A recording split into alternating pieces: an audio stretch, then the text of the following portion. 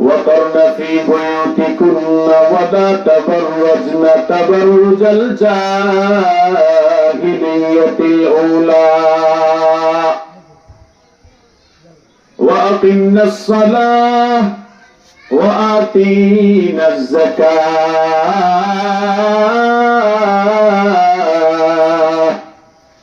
وأطعنا الله ورسوله আল্লাহ তাআলা বলেন, ও পর্দার আড়ালের মা বোনেরা, আপনাদের আকর্ষণ করে বলতেছি, আল্লাহর বিধান, ও আমার মায়ের বান্দি, তোমরা ঘরের ভিতরে ঢুকো,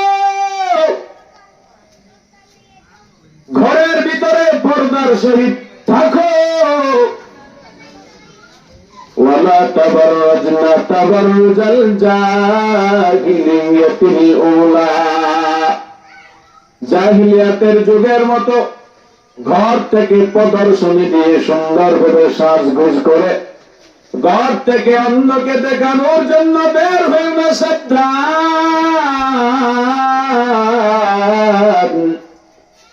আল্লাহ বলেন, ঘর থেকে বের হওয়ার সময়, চাকরিতে যাওয়ার সময়, স্কুলে যাওয়ার সময়, কলেজে যাওয়ার সময়, মাদ্রাসায় যাওয়ার সময়, অপর্দার আড়ালের মা বোনেরা, আল্লাহ বলেন, তোমরা অন্যকে দেখানোর জন্য সাজগুজ করে ঘর থেকে বের হইও না। সাবধান। এখন আমাদের দেশে অথচ আল্লাহ বলেছেন, নবী বলেছেন, তোমার যত সাজগুজ আছে পৃথিবীতে একজনকে দেখানোর জন্য আমি অধিকার দিয়েছি, আর কাউকেই না। আল্লাহ তাআলা বলেন, ও মায়ের বান্দি, হে পর্দার আড়ালের মা বোনেরা, ভালো করে শুনে নাও,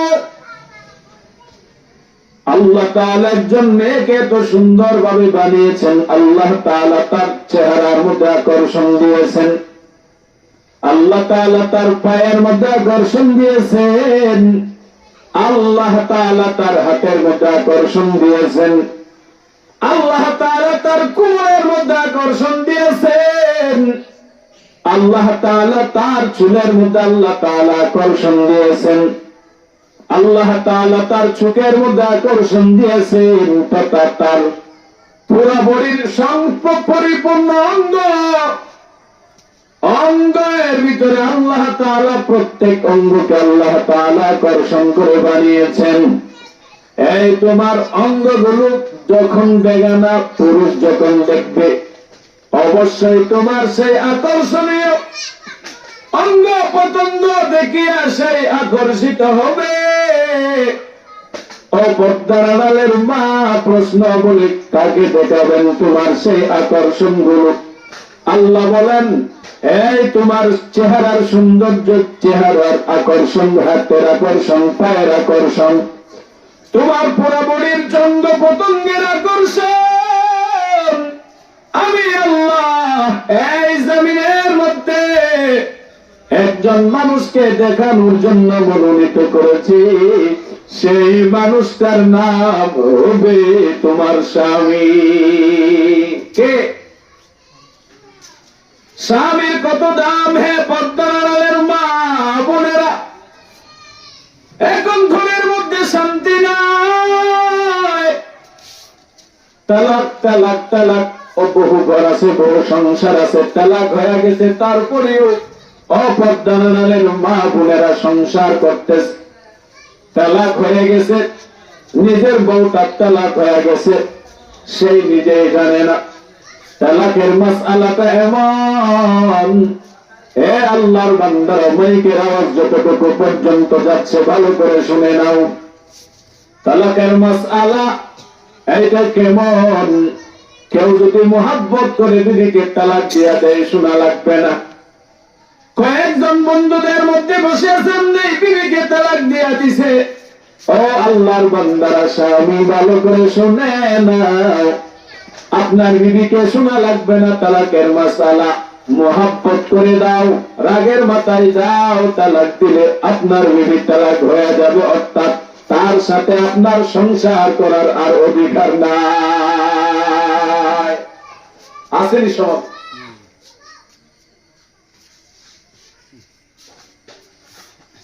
অথচ স্ত্রীদের জন্য স্বামী কত বড় সম্পদ। আল্লাহর নবী বলেন, قال النبي صلى الله عليه وآله وسلم لو كنت آمر أحدا أن يسجد لأحد لأمرت المرأة أن تسجد لزوجها أو كما قال النبي عليه الصلاة والسلام। মাইকের আওয়াজ জানে ভাবে সামনে পিছনে যতটুকু পর্যন্ত যাচ্ছে রে বাগো, ভালো করে শুনে নাও। আল্লাহর নবী বললেন, এই জমিনের মধ্যে আল্লাহ তাআলাকে ছাড়া আল্লাহ যদি কাউকে সিজদা করার হুকুম যদি আমি নবীকে যদি দিত, এই স্ত্রীরা ভালো করে শুনে নাও। আল্লাহর নবী বলেন, প্রত্যেক স্ত্রীকে বলতাম তার স্বামীকে যেন সে তার স্বামীকে যেন সিজদা দেয়। দেখছেন কত বড় কথা। কেউ যদি আল্লাহ তাআলাকে ছাড়া অন্যকে অন্যের সামনে যদি নিজের কপালকে যদি ঝুলাইয়া দেয়, অর্থাৎ সে শিরিক করেছে। শিরিক এত বড় গুনাহ। এ বান্দা তুমি জিনা করো, আল্লাহ বলেন তুমি মাফ চাও, মাফ করিয়া দিও। মদ পান করেছো, মদ পান করনেওয়ালা ভাই, আল্লাহর কাছে তাওবার মতো যদি তাওবা করো, আল্লাহ বলেন আমি তোমাকে মাফ করে দিও। এই জমিনের নিচে, আসমানের নিচে, জমিনের উপরে যত বড় বড় গুনাহ আছে, সব গুনাহের ভিতরে যদি তুমি গুনাহটা করার পর যদি তাওবার মতো যদি তাওবা করো বান্দা, তুমি আমি আল্লাহর কাছে তাওবা করতে দেরি হয়, আমি আল্লাহ তোমাকে মাফ করতে দেরি করব না। हर गलीते नेको तो तैयार है, जो न मंगे उससे तो बेजार है। हर तरफ से होके हम खारू तबा आ पड़े अब तेरे दर पर, या इलाही तू मेरा माबूद है, या इलाही तू मेरा माशूक है। আল্লাহ বলেন, এ গুনাহগার কি গুনাহ করেছো? তুমি আমার কাছে যখন ভোর রাত উঠিয়ে যখন মাফ চাও, বান্দা তুমি মাফ চাইতে দেরি হয়, আমি আল্লাহ তোমাকে মাফ করতে দেরি করব না। শিরকের গুনাহ এত বড় গুনাহ, আল্লাহ বলেন, ইন্নাল্লাহা লা ইয়াগফিরু আন ইউশরাকা বিহি ওয়া ইয়াগফিরু মা দুনা যালিকা লিমান ইয়াশা। আল্লাহ বলেন, হে মুমিন, শিরকের গুনাহ আল্লাহ বলেন তোমাকে মাফ করা হবে না, কারণ এই জমিনের মধ্যে যাহা কিছু দেখো আর না দেখো সব মাখলুক কিছু করতে পারে না আল্লাহ তাআলা ছাড়া। আল্লাহ সব কিছু করতে পারে মাখলুক ছাড়া। এই কথার বিশ্বাস দিলের ভিতরে দৃঢ়ভাবে বিশ্বাস স্থাপন করা তার নাম ঈমান। এইটা যদি আল্লাহ তাআলা ছাড়া আর কেউ যদি করতে পারে, তাহলে তোমার ঈমানের ভিতরে শিরক আছে, সাবধান।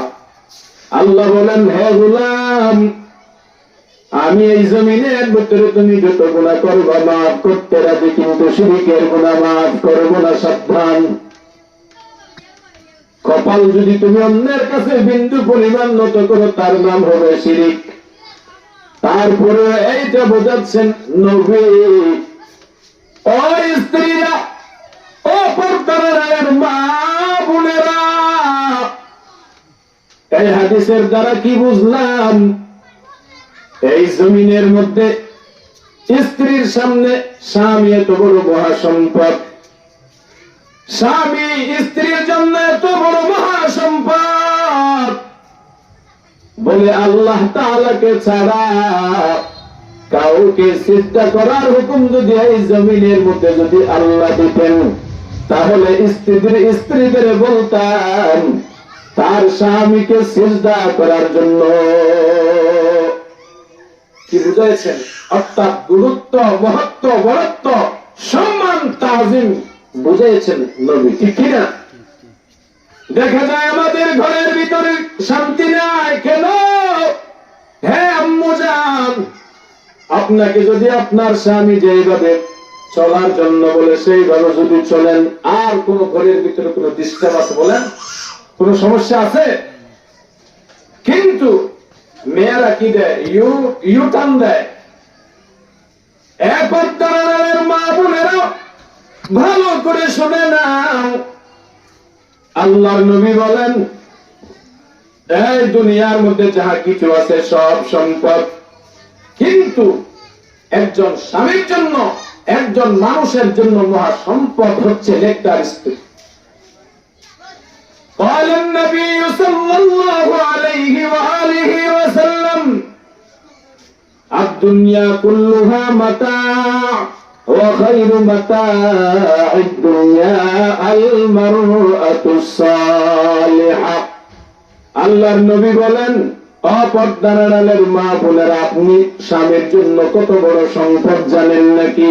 নবী বলেন, আমার কথা নয়, আমি সাদিকের কথা নয়, আল্লাহর নবীর কথা হচ্ছে এই জমিনের মধ্যে যাহা কিছু সম্পদ আছে সব সম্পদ, আপনার স্বামীর কাছে যত সম্পদ আছে সব সম্পদ, ওই সম্পদের মধ্যে নেককার যদি আপনি যদি হয়ে যান, আপনি যদি নেককার যদি মেয়ে হন, নেককার স্ত্রী যদি হন, এই নেককার স্ত্রীর মতো সেই স্বামীর এই জমিনে দ্বিতীয় আর কোন সম্পদ নয়।